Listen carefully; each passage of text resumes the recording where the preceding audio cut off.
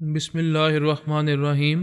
گمنام ہیروز کے معزز ناظرین، السلام علیکم۔ آئیے چلتے ہیں کہانی کی طرف۔ فوج کے اعلیٰ افسر نے کہا، تیجپال اور جیکافو کا ایک ٹیلی پیتھی جاننے والا وہاں جائے گا۔ ان دونوں کو ایک دوسرے سے بھرپور تعاون کرنا چاہیے۔ تیجپال نے کہا، یقیناً وہ ایک دوسرے سے مکمل تعاون کریں گے، لیکن میرا ٹیلی پیتھی جاننے والا اس کے ٹیلی پیتھی جاننے والے کے سامنے کبھی نہیں آئے گا۔ جیکافو نے کہا، میرا ٹیلی پیتھی جاننے والا بھی تیجپال کی ٹیلی پیتھی جاننے والے کے سامنے نہیں جائے گا۔ جب اسے ہم سے خطرہ ہے تو ہمیں بھی اس سے خطرہ رہے گا۔ ایک اعلیٰ افسر نے کہا، یہ تو آپس میں لڑنے والی بات ہے، تم دونوں کو ایک دوسرے سے سمجھوتا کرنا چاہیے۔ تیجپال نے کہا، سمجھوتا کرنے کا نتیجہ ٹیلی پیتھی کی دنیا میں بہت برا اور بہت نقصان دہ ہوتا ہے، لہٰذا ہم دونوں کی ٹیلی پیتھی جاننے والے وہاں موجود رہ کر بھی ایک دوسرے سے چھپ کر رہیں گے، اپنے اپنے طور پر کام کریں گے۔ ایک دوسرے کے تعاون کی ضرورت ہوگی تو تعاون بھی کریں گے، لیکن ایک دوسرے کے روبرو نہیں آئیں گے۔ وہ سب امریکی ٹیلی پیتھی جاننے والے تھے، لیکن یہ بات بھی ماننے والی تھی کہ ٹیلی پیتھی کی دنیا میں کوئی ایک دوسرے پر بھروسہ نہیں کرتا، لہٰذا تیجپال اور جیکافو نے جو فیصلہ کیا تھا اس پر تمام اکابرین نے رضامندی ظاہر کی اور ان سے کہا کہ وہ آج ہی اپنے اپنے ایک ٹیلی پیتھی جاننے والے کو وہاں روانہ کر دیں۔ جمہوریہ چین نے فرانس سے درخواست کی تھی کہ اس کے چند سیاحوں کو فرانس کی سیاحت کے لیے آنے کی اجازت دی جائے۔ اس کے جواب میں حکومت فرانس کی طرف سے کہا گیا، ہمیں افسوس ہے کہ ہم اجازت نہیں دیں گے، کیونکہ آپ کے اصل عزائم کا ہمیں پتہ چل چکا ہے۔ وہ یہاں آنے والے سیاح نہیں ہوں گے، بلکہ ایسے نمائندے ہوں گے جو بابا صاحب کے ادارے کے اہم افراد سے کسی سنگین معاملے میں مذاکرات کریں گے۔ ایسا کوئی سنگین معاملہ نہیں ہے جس سے آپ کو نقصان پہنچ سکے، اصل میں آپ کو ہمارے خلاف بھڑکایا گیا ہے۔ آپ کچھ بھی کہیں، ہمیں افسوس ہے کہ ہم آپ کے ملک سے کسی بچے کو بھی یہاں آنے کی اجازت نہیں دیں گے۔ اس کا مطلب ہے کہ ہم یہاں نہ صحیح کسی دوسرے ملک میں اپنے نمائندے کو بھیج دیں۔ کیا وہاں بابا صاحب کے ادارے سے تعلق رکھنے والے افراد ان سے ملاقات نہیں کر سکیں گے؟ ہمارے ملک سے باہر کچھ بھی ہو، اس سے ہمارا کوئی تعلق نہیں۔ بہتر ہے آپ خاموش ہو جائیں۔ ہمارے ملک کا کوئی بچہ بھی آپ کے ملک میں قدم نہیں رکھے گا، لیکن اپنے حلیف امریکہ سے کہہ دینا کہ ہم جو چاہتے ہیں وہی ہوگا۔ فرانس میں نہیں ہوگا، کسی دوسرے ملک میں ہوگا۔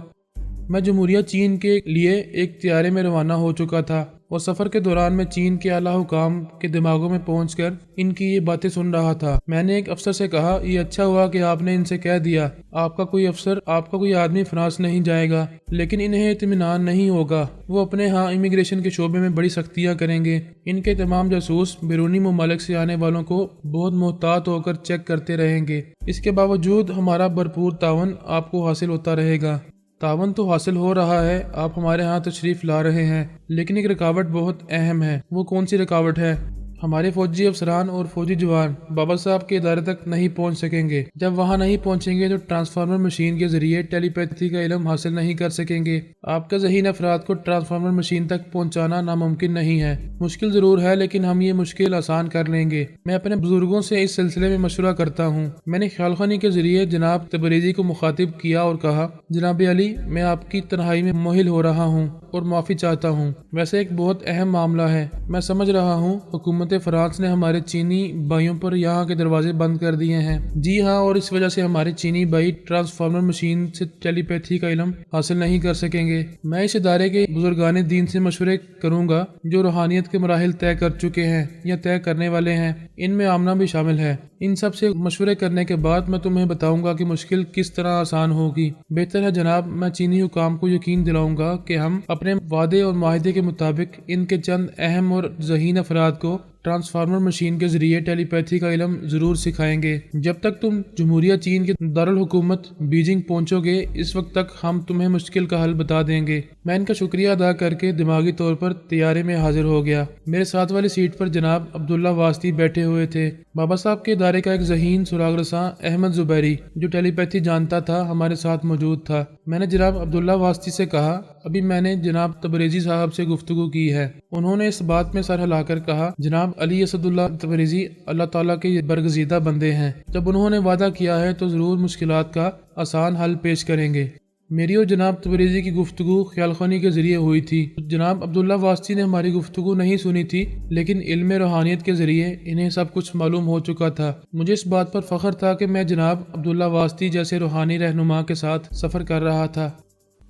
بیمہ کار ڈرائیو کرتا ہوا اسپتال کے احاطے میں آیا پھر اس نے بڑے دروازے کے سامنے گاڑی روک دی۔ پیچھے بیٹھے ہوئے دلیر افریدی دروازہ کھول کر الپا کی ڈمی صوفیہ کو دونوں بازوؤں میں اٹھا کر اسپتال کے اندر جانے لگا۔ بیما نے کہا، ارے پہلے اپنی پیشانی اور چہرے سے خون تو پونچھ لے، تیری پیشانی اور چہرے پر بھی خون پھیلا ہوا ہے، پہلے تو اپنی فکر کر، میں اپنی جان من کی فکر کرنے جا رہا ہوں۔ وہ بھی الپا کے پیچھے جانے لگا۔ وہاں کھڑے ہوئے چوکیدار نے کہا، صاحب پہلے اپنی گاڑی پارک کر دیں، یہاں دوسری گاڑیاں بھی آئیں گی۔ اسے رکنا پڑا۔ وہ واپس آ کر اسٹیئرنگ سیٹ پر بیٹھ گیا۔ اس کا سر بری طرح دکھ رہا تھا، دلیر افریدی کا سر بھی دکھ رہا ہوگا۔ دونوں نے ایک دوسرے کو اتنی زبردست ٹکریں ماری تھی کہ دونوں ہی کی کھوپڑی جیسے پل پلی ہو گئی تھی۔ وہ کار ڈرائیو کرتا ہوا پارکنگ ایریا میں آ کر رک گیا۔ کار کا انجن بند کر کے اس نے دروازہ کھول کر باہر جانا چاہا تو سر ذرا سا چکرانے لگا۔ وہ سر کو تھام کر بیٹھ گیا۔ اس کا ہاتھ نم ہو رہا تھا، لہو اب تک بہہ رہا تھا اور پھر لہو سے بھیگے ہوئے رومال کو لے کر چہرے سے خون پونچھنے لگا۔ اسے الپا کی فکر تھی۔ وہ دشمن اجنبی سے اٹھا کر اسپتال کے اندر لے گیا تھا۔ یہ سوچ کر ہی اسے غصہ آ رہا تھا کہ وہ اس کی محبوبہ کو، اس کی ہونے والی بیوی کو اس کے سامنے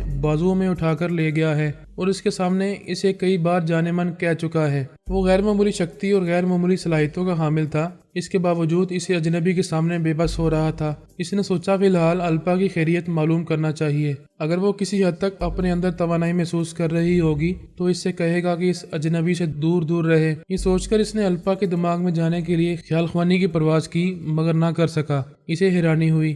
اس نے پھر خیال خوانی کی پرواز کی کوشش کی تو پتہ چلا سر کو بار بار ٹکرانے کے باعث وہ فی الحال خیال خوانی کے قابل نہیں رہا ہے۔ یہ معلوم ہوتے ہی اس کے ہوش اڑنے لگے۔ فوراً ہی خیال آیا کہ ایسے میں نیلما اس کے پاس آئے گی تو وہ سانس نہیں روک سکے گا، پھر تو اس کی شامت آ جائے گی۔ نیلما اس کو پہلی فرصت میں اپنا معمول اور تابع بنا لے گی۔ ایسے منحوس لمحات میں وہ کسی طرح بھی اپنا بچاؤ نہیں کر سکتا تھا۔ وہ خوف اور پریشانی سے اپنے سر کا درد بھول گیا۔ کار سے باہر نکل کر ادھر ادھر دیکھنے لگا، سوچنے لگا کیا کرے، کہاں جائے۔ ٹیلی پیتھی تو ایک ایسی بلا ہے کہ آدمی کہیں جا کر چھپ نہیں سکتا۔ وہ اس دشمن ٹیلی پیتھی جانے والے سے فوری طور پر کسی طرح بھی بچاؤ کی تدبیر کرنا چاہتا تھا۔ وہ پھر کار کی اسٹیئرنگ سیٹ پر آ کر بیٹھ گیا۔ اس کے دماغ میں بات آئی کہ ایسا منتر پڑھنا چاہیے جس کی اثر سے کوئی بھی خیال خوانی کرنے والا وقتی طور پر اس کے دماغ میں نہ آ سکے۔ اسے ایسے کچھ منتر یاد تھے۔ وہ ونڈ اسکرین کے پار خلا میں تکتے ہوئے زیر لب پڑھنے لگا۔ پہلی بار اس نے صحیح منتر پڑھا لیکن دوسری بار کچھ پڑھنے لگا تو اس کی زبان لڑکھڑا گئی، منتر ادھورا رہ گیا۔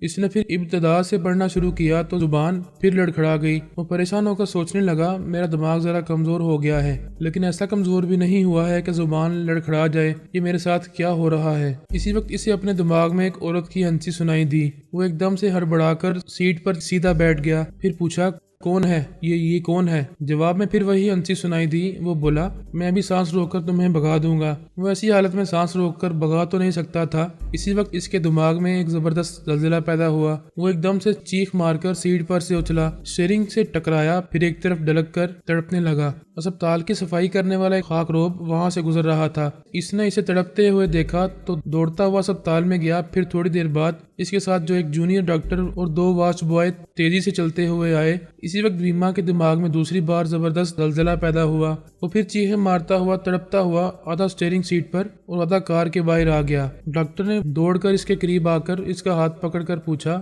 تمہیں کیا ہوا ہے؟ وہ جواب دینے کے قابل نہیں تھا۔ 2 زبردست زلزلے کے جھٹکوں نے اس کے دماغ کی چولیں ہلا دی تھیں۔ وہ اپنے ہوش میں نہیں تھا۔ ڈاکٹر نے وارڈ بوائے سے کہا جلدی جاؤ اور اسٹریچر لے کر آؤ۔ ایک وارڈ بوائے دوڑتا ہوا اسپتال کے اندر چلا گیا۔ تھوڑی دیر بعد وہ مزید وارڈ بوائز کے ساتھ اسٹریچر لے کر آیا۔ وہ بیما کو اس اسٹریچر پر ڈال کر اسے اسپتال کے اندر ایمرجنسی وارڈ میں لے گئے۔ وہ دماغی اور جسمانی طور پر بہت طاقتور تھا۔ اس کے ساتھ پہلے کبھی ایسا نہیں ہوا تھا۔ اسے یہ غرور تھا کہ دشمنوں کے بڑے بڑے حملوں کا منہ توڑ جواب دے سکتا ہے۔ اس نے دلیر افریدی جیسے شہ زور سے برابر مقابلہ کیا تھا، لیکن ٹیلی پیتھی کے ذریعے جو زلزلے پیدا کیے جاتے ہیں اسے دنیا کا کوئی شہ زور برداشت نہیں کر سکتا۔ ان زلزلوں نے اسے بھی چاروں شانے چت کر دیا تھا۔ وہ گہری گہری سانسیں لے رہا تھا۔ ڈاکٹر اس کا معائنہ کر رہا تھا اور پوچھ رہا تھا کچھ بولو تمہیں کیا ہو رہا ہے؟ وہ اپنی تمام تر رہی صحیح قوتوں کو یکجا کر کے بڑی مشکل سے بولا مجھے بے ہوش کر دو۔ ڈاکٹر کی سمجھ میں نہیں آیا کہ وہ بے ہوش کیوں ہونا چاہتا ہے۔ اسی وقت بیما کی عقل میں یہی بات آئی تھی کہ اسے بے ہوش کر دیا جائے گا تو خیال خوانی کرنے والی اس کے دماغ میں نہیں رہ سکے گی، دوبارہ ہوش میں آنے تک اس سے نجات مل جائے گی۔ ایسے وقت جونیئر ڈاکٹر کے دماغ میں یہ بات آنے لگی کہ اس کا مرض سمجھ میں نہیں آ رہا ہے اور وہ بے ہوش ہونا چاہتا ہے، لہٰذا اسے بے ہوش نہ کیا جائے لیکن نیند کا انجیکشن دے کر سلا دیا جائے۔ دماغ میں آنے والے اس خیال کے مطابق ڈاکٹر نے نرس سے انجیکشن تیار کرنے کو کہا۔ وہ ایک سرنج میں نیند کی سیال دوا بھر کر لائی۔ ڈاکٹر نے وہ انجیکشن اسے لگا دیا۔ صرف 1 منٹ کے اندر ہی وہ گہری نیند میں ڈوبتا چلا گیا۔ تھوڑی دیر بعد اس کے دماغ میں آواز ابھری، ہیلو بھیما، کیا مجھے آواز سے پہچان رہے ہو؟ وہ خاموش رہا۔ آواز نے کہا، تم بے ہوش نہیں ہو، نیند میں ہو اور مجھے آواز سے اچھی طرح پہچان سکتے ہو۔ بھیما کی نیند بھری سوچ کی لہروں نے کہا، ہاں میں پہچان رہا ہوں، تم الپا ہو۔ الپا میری مدد کرو، ہم دونوں ایک دوسرے کے لائف پارٹنر بننے والے ہیں۔ ایسے برے وقت میں تم ہی مجھے بچا سکتی ہو۔ ابھی نیلما میرے دماغ میں آئی تھی، اس نے مجھے مجبور اور بے بس کر دیا ہے۔ اوہو، تم پہاڑ جیسے مرد ہو، تمہارا دعویٰ ہے کہ بڑے بڑے شہزوروں کو مات دے سکتے ہو اور ایک عورت سے مات کھا رہے ہو۔ یہ تانے دینے کا وقت نہیں ہے، ٹیلی پیتھی کے ذریعے میری دماغی توانائی بحال کرنے کی کوشش کرو۔ میرا دماغ خراب ہوا ہے کہ تمہاری توانائی بحال کروں۔ تمہارے دماغ میں نیلما نہیں ہے، میں نے ہی تمہارے اندر زلزلے پیدا کیے تھے۔ وہ حیرانی سے بولا، تم الپا، تم مجھ سے دشمنی کر رہی ہو؟ اور کیا تم مجھ سے دوستی کر رہے تھے؟ تم نے بڑی زبردست پلاننگ کے ساتھ مجھے ہندوستان بلایا ہے۔ تم نے یہ سوچ لیا تھا کہ میرے یہاں آتے ہی مجھے اعصابی کمزوری میں مبتلا کرو گے، پھر مجھے اپنی معمول بنا لو گے، مگر تمہارے ایسا کرنے سے پہلے ہی میں اعصابی کمزوری میں مبتلا ہو گئی تھی۔ وہ حیرانی سے بولا، ہاں مجھے یاد آیا، تم تو اعصابی کمزوری کا شکار ہو گئی تھی۔ وہ اجنبی تمہیں اٹھا کر اسپتال کے اندر لے گیا تھا۔ کیا تمہاری کمزوری دور ہو گئی ہے؟ نہیں، میں ابھی تک کمزور ہوں۔ میرا وہ عاشق اسپتال میں میرے بستر کے سرے پر بیٹھا ہوا ہے، ادھر وہ مجھ سے بہل رہا ہے، ادھر میں تمہیں بہلانے آئی ہوں۔ بہرحال اب میں حکم دیتی ہوں کہ خاموش رہو گے، اپنی طرف سے کچھ نہ بولو۔ میں تنویمی عمل کے دوران میں جو سوالات کروں گی صرف انہی کے جواب دو۔ نہیں الپا، پلیز ایسا نہ کرو، میں زندگی بھر تمہارا ویسے ہی غلام بن کر رہوں گا، مگر مجھے تنویمی عمل کے ذریعے غلام نہ بناؤ۔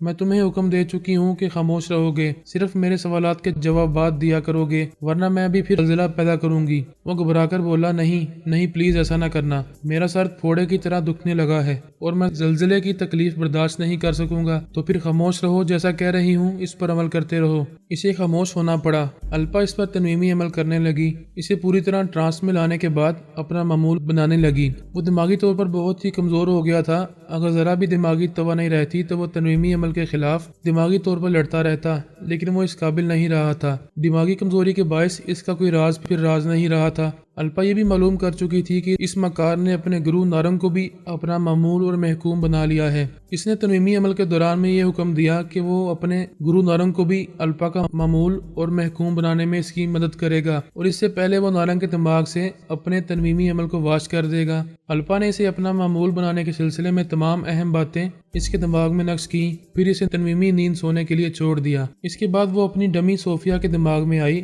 ڈاکٹر کے انجیکشن اور دواؤں کے اثر سے اس کے اندر بڑی حد تک توانائی پیدا ہو گئی تھی۔ وہ بستر پر لیٹی ہوئی آنکھیں کھول کر دلیر افریدی کو دیکھ رہی تھی اور اس کا ہاتھ تھام کر بول رہی تھی، تم بہت اچھے ہو، مجھے دل سے چاہتے ہو، میری کمزوری کا خیال کر رہے ہو، لیکن اپنے زخموں سے بے خبر ہو، تمہیں فوراً جا کر زخموں کی مرہم پٹی کرانا چاہیے۔ وہ بولا، میں جاؤں گا تو پھر تم کمزور پڑ جاؤ گی۔ وہ مسکرا کر بولی، ایسی کوئی بات نہیں ہے، تم ابھی جاؤ ورنہ میں تم سے بات نہیں کروں گی، تم کہہ رہی ہو تو جاتا ہوں۔ الپا ڈمی کے دماغ میں رہ کر دلیر افریدی کو دیکھ رہی تھی اور مسکرا رہی تھی، سوچ رہی تھی یہ جوان واقعی اچھے دل کا مالک ہے، اس کی وجہ سے میں بھیما پر غالب آ گئی ہوں، یہ میرے کام آیا ہے، میں بھی اس کے کام آؤں گی، یہ میری ڈمی پر عاشق ہے، میں ان دونوں کو ایک دوسرے سے محبت کرنے کا موقع دوں گی۔ اس نے ڈمی کی زبان سے کہا، دلیر افریدی، ایک بات میں تم سے کہنا چاہتی ہوں۔ ہاں کہو، میں تو تم سے باتیں کرنے کے لیے ہی بیٹھا ہوا ہوں، میں ٹیلی پیتھی جانتی ہوں، جب میرے اندر کچھ اور توانائی پیدا ہو جائے گی تو کیا تم مجھے اپنے دماغ میں آنے دو گے؟ کیوں نہیں،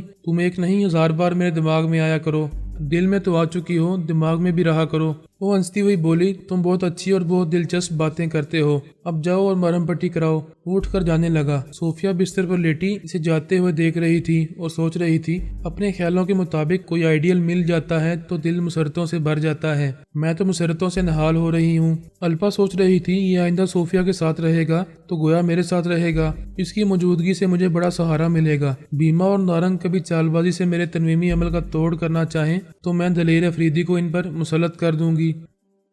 نارنگ کی تپسیا کے 40 دن مکمل ہو رہے تھے۔ آخری دن تپسیا سے 1 گھنٹہ پہلے آرام کر رہا تھا۔ اور کھانے پینے کے بعد پھر آخری دن کو تپسیا کرنے والا تھا۔ ایسے میں الپا بیما کو معمول بنانے کے بعد اس کے ذریعے نارنگ کے دماغ میں پہنچ گئی۔ بیما نے الپا سے کہا، میڈم یہی مخصوص لب و لہجہ ہے جس کے ذریعے میں آپ کو نارنگ کے دماغ میں لایا ہوں۔ ابھی ہم دونوں کے اس کے دماغ میں ہیں لیکن یہ ہمیں محسوس نہیں کر رہا ہے۔ مخاطب کرنے پر اسے معلوم ہوگا کہ ہم اس کے دماغ میں موجود ہیں۔ اسے فی الحال مخاطب کرنے کی ضرورت نہیں ہے، پہلے میں اس پر تنویمی عمل کروں گی، اسے اپنا معمول اور محکوم بناؤں گی، اس کے بعد مخاطب کروں گی، میں اس کا معمول ہوں، آپ عمل کریں، میں موجود رہوں گا۔ یہاں تم نے میرے لیے جوہو کے کنارے جو بنگلہ کرائے پر لیا ہے وہاں دماغی طور پر موجود رہو، آپ کا جو حکم میں جا رہا ہوں، اور سنو جب تک میں وہاں دماغی طور پر نہ آ جاؤں اس وقت تک صوفیہ اور دلیر افریدی کو کوئی نقصان نہ پہنچانا، نہ ان سے لڑائی جھگڑا کرنا۔ جی میڈم، میں انہیں کوئی نقصان نہیں پہنچاؤں گا، آپ کو شکایت کا کوئی موقع نہیں دوں گا۔ یہ کہہ کر بیما وہاں سے چلا گیا۔ الپا نارنگ پر توجہ دینے لگی۔ وہ بستر پر بیٹھا ہوا تھا اور آہستہ آہستہ آنکھیں بند کرنے لگا۔ جب وہ گہری نیند سو گیا تو الپا اس پر تنویمی عمل کرنے لگی۔ بہت عرصے سے الپا اور نارنگ کے درمیان رساکشی جاری تھی۔ پہلے نارنگ زبردست آتما شکتی کا حامل تھا، وہ یوگا جاننے والوں کے دماغوں میں بھی گھس آتا تھا۔ اس کے خوف سے الپا اور برین آدم نے اپنے ایک یہودی وچ ڈاکٹر جمال رابن کے ذریعے تحفظ حاصل کیا تھا۔ اس نے ان دونوں کے دماغ میں ایسی کیلیں پیوست کیں جن کے اثر سے ان کا دماغ بظاہر مردہ ہو گیا تھا اور نارنگ کی سوچ کی لہریں ان کے دماغوں تک نہیں پہنچ پاتی تھیں۔ جب یہ مرحلہ گزر گیا تو الپا کو ایک اور پریشان کن مرحلے سے گزرنا پڑا۔ ان دنوں نارنگ آتما شکتی کے ذریعے برین آدم کے جسم میں سما گیا تھا۔ اس نے چال چل کر الپا کی نیندیں اڑا دی تھیں، پھر بھی الپا کی قسمت اچھی تھی۔ جیکب رابن نے اس کی مدد کی اور وہ اس سے نجات حاصل کرنے میں کامیاب ہو گئی۔ اس کے بعد نارنگ بے بس ہو گیا تھا۔ اس کی طرف سے نجات حاصل کرنے کے بعد بھی وہ مطمئن نہ رہ سکی کیونکہ اس کا چیلا بیما داس وہاں شکتیمان بن کر الپا کو ٹریپ کرنے کی فکر میں تھا۔ الپا کئی برسوں سے ٹیلی پیتھی کی دنیا میں گھاٹ گھاٹ کا پانی پیتی آ رہی تھی۔ صرف ٹیلی پیتھی جان لینے سے یا کالا جادو سیکھ لینے سے کبھی کامیابی حاصل نہیں ہو سکتی۔ کامیابی حاصل کرتے رہنے کے لیے ذہانت اور حاضر دماغی اور نتیجہ خیز پلان میکنگ کی غیر ضروری صلاحیتیں لازم ہوتی ہیں، اور یہ سب کچھ بیما کے پاس نہیں تھا۔ دیکھا جائے تو نارنگ کے پاس بھی نہیں تھا، اس لیے وہ دونوں ناکام رہتے تھے، اور اب بیما کا انجام بھی اپنے گرو جیسا ہو چکا تھا۔ وہ بھی الپا کا معمول اور محکوم بن چکا تھا، اور اب الپا نے نارنگ کو اپنا معمول بنا لیا تھا۔ اس نے تنویمی عمل مکمل کرنے کے بعد کہا، نارنگ تم اب میرے غلام بن چکے ہو، بولو درست ہے یا نہیں؟ وہ سحر میں تھا۔ اس نے کہا، میں آپ کا غلام ہوں اور ہمیشہ غلام رہوں گا۔ تم نے اپنی اوقات سے اور اپنی صلاحیتوں سے زیادہ بڑھ چڑھ کر میرے مقابلے میں آنے کی حماقت کی۔ میں نے تمہیں ایسی ٹھوکر ماری تھی کہ تم ایک کینسر کے مریض کے جسم میں پہنچ گئے تھے۔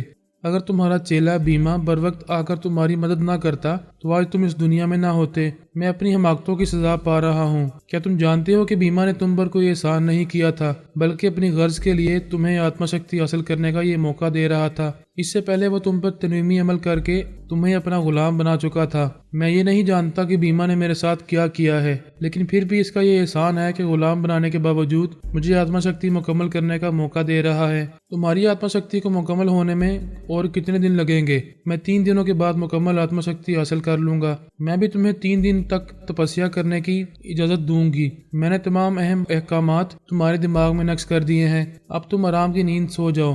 1 گھنٹے بعد آنکھ کھلے گی تو تمہاری تپسیا کا وقت ہو جائے گا۔ تم اپنی تپسیا جاری رکھ سکو گے۔ اب سو جاؤ۔ نارنگ نیند میں ڈوبتا چلا گیا۔ الپا اس کے دماغ سے چلی آئی۔ جیکب رابن سے بولی، آج میں بہت خوش ہوں۔ اس کمینے نارنگ کو اپنا غلام بنا چکی ہوں۔ آج تک اس کی طرح کسی دشمن نے مجھے اس قدر پریشان نہیں کیا تھا۔ میری راتوں کی نیندیں اڑا دی تھیں۔ مجھے فکر اور پریشانی سے بھوک نہیں لگتی تھی۔ آج میں نے بہت بڑی فتح حاصل کی ہے۔ جیکب رابن نے مسکرا کر پوچھا، اور یہ فتح کیسے حاصل کی ہے؟ وہ اس کی گردن میں باہیں ڈال کر بولی، تمہارے ذریعے حاصل کی ہے۔ میں تمہارا احسان کبھی نہیں بھولوں گی۔ اگر تم میرے دماغ کو بظاہر مردہ نہ بناتے اور نارنگ کو میں دھوکہ نہ دیتی تو کبھی ایسی زبردست کامیابی حاصل نہیں کر سکتی تھی۔ میں تمہارا جتنا بھی شکر ادا کروں، تم پر جس قدر بھی قربان ہوتی رہوں، وہ کم ہے۔ وہ بڑی محبت سے اور بڑے اطمینان سے اپنا وقت گزارنے لگے اور موجودہ حالات کے مطابق سوچنے لگے کہ آئندہ انہیں کیا کرنا چاہیے۔ حالات بتا رہے تھے کہ اپنے طور پر تو اس نے بڑی کامیابیاں حاصل کی ہیں۔ صرف نارنگ کو ہی نہیں، اس کی زبردست صلاحیت رکھنے والے چیلے بیما کو بھی اپنا غلام بنا لیا ہے۔